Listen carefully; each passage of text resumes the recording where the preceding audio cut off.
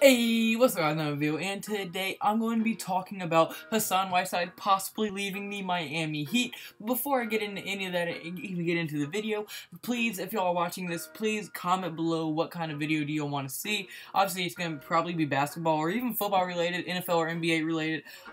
Comment some video ideas, because right now there's literally nothing going on in the NBA. It is drier than my cell phone. It is bad.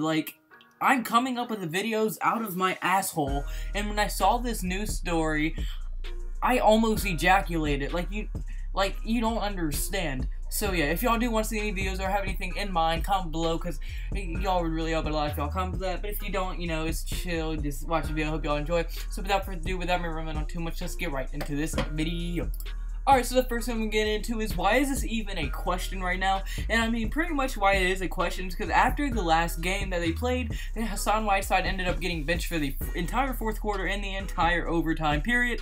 And I mean, this obviously pissed off Hassan Whiteside, as he is their star player. And I mean, in the interview, he showed his frustration, as he said, a lot of teams don't have a good center, they're going to use their strength. It's bullshit, it's really bullshit. And he was referring to the minutes that he got and that he was mentioned those last few minutes. And I mean, he was very, very mad, and I would be too if I was a star center and a dude that's supposed to be in crunch time and I still don't get it. I'd be pretty mad too. But then, even though when he was asked what his future is, what his future is going to be with re-signing with Miami, he said, "I don't know, maybe," which he pretty much means, I don't know if I'm going to re-sign with this team. Probably not, because usually maybe means no, and I would be very afraid if I was Miami, because right now they are barely an 8th seed in the Eastern Conference. So if you lose your second or best player, either depends if you say Goran Dragic or Hassan Whiteside is better, but say you lose Hassan Whiteside, you are now a lottery team. I mean, Hassan Whiteside is a top 10 center in the league, and the reason he hasn't been playing up to it right now is because of that injury and everything. Speaking about that injury, that pretty much brings me into my second point of why he was so frustrated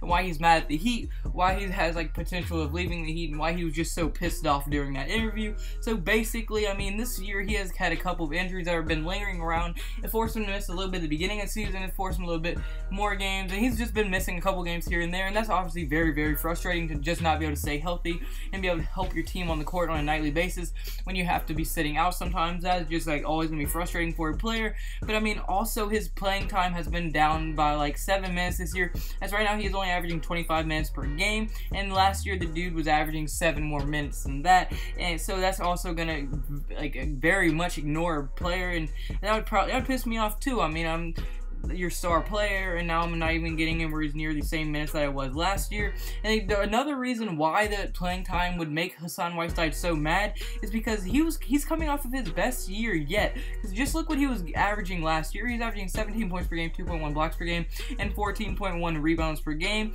And even despite that being his best year, he's still not getting the minutes that he deserves. And I mean, if I'm a star player on a team, producing on a nightly basis, and playing pretty well when I'm in the game, I want to be in the game in crunch time when it actually matters. And if I'm not going to be able to be in there, that would piss me off too, and probably want me to leave and look at different options in free agency. But now that I got into why it's frustrating and why it's even a question, I'm going to get into actual possible landing spots for Hassan Whiteside to go if he really wants to leave the Miami Heat that bad. My first landing spot is going to be the Milwaukee Bucks, as I mean, there have been tons of reports that the Milwaukee Bucks will not be re-signing Jabari Parker in the offseason due to him being injured, and they almost traded him at the deadline, and a whole bunch of things. So now they said there's a little to no chance that they do re-sign him in the offseason this year. And I mean, that would leave them in pretty desperate need as a legit big man. And right now Milwaukee is dead last in the rebounds per game. They're not very good when it comes to center, and well, if you were able to add such a dominant center and such a great rebounder in Hassan Whiteside, that will then solve your problem right there and actually give you a post-game and a post-presence. And my second landing spot for him will be the San Antonio Spurs. Pretty much the reason I say that is because Paul Gasol, he's still a usable starting center, but I mean, the dude's gonna just keep getting older, and eventually he is going to turn into dust. This dude is 80 years old playing in the NBA. Eventually he's going to have to retire, and if you can bring in some young leads like Hassan Whiteside, move Paul Gasol to the bench if he stays in the league that much longer, then you have Paul Gasol coming off the bench, and then with a little bit of Coach Popovich coaching Hassan Whiteside how to play defense, how to play offense a little bit better, that can only mean good things for them. And my final team that I think he could go to is the Washington Wizards, and the reason I think this is because since they already have such a great backcourt and Bradley Beal Beal and John Wall. If they were able to add someone as dominant like Hassan Whiteside in the paint, just to stretch the floor a little bit and keep the attention off, like fully off of John Wall and Bradley Beal, because right now all they have to do is focus completely on them, and you know, kind of just like don't let the other people get wide open, and you should be able to beat the Wizards. But if you have someone like Hassan Whiteside, who John Wall is a great passer, can just hit him when he's open, and they have to actually respect down low and have to play one-on-one on John Wall or Bradley Beal, John Wall and Bradley Beal are almost going to win that matchup every single time. And if you give them more second chance opportunities, which Hassan Whiteside would lead to, well, I mean, that can only mean more success for that team right there. So I think it would make complete sense for them to do that.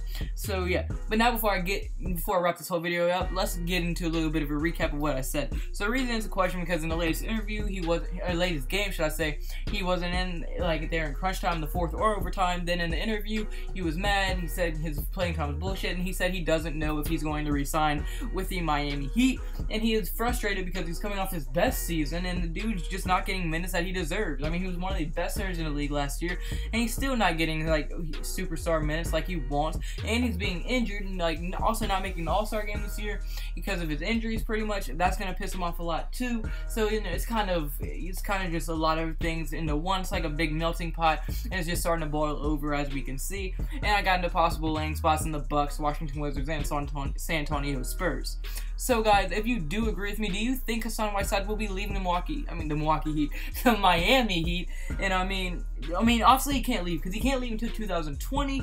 But do you think he's going to ask for a trade or buyout or something like that in that nature? I want to hear all your thoughts below. Do you think he should leave? Do you think he will leave? Do you think this is just him being mad about one game and like his injuries and everything? I want to hear all your comments below. And remember to leave video ideas.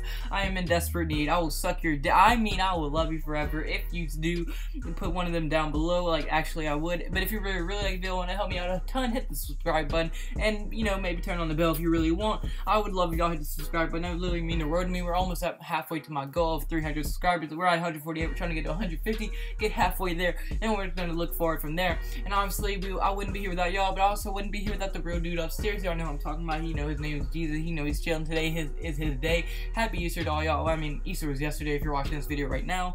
But yeah, Easter was yesterday, but you know, today is his day technically. You understand what I'm saying. So yeah, I hope you have a blessed day. I hope everyone has a blessed day. I hope I have a blessed day. I literally hope everyone in the entire world has a blessed day. And kids, don't think forgot about you either. Never do vegetables. Always eat drugs. Stay safe, free, goodbye. Boo.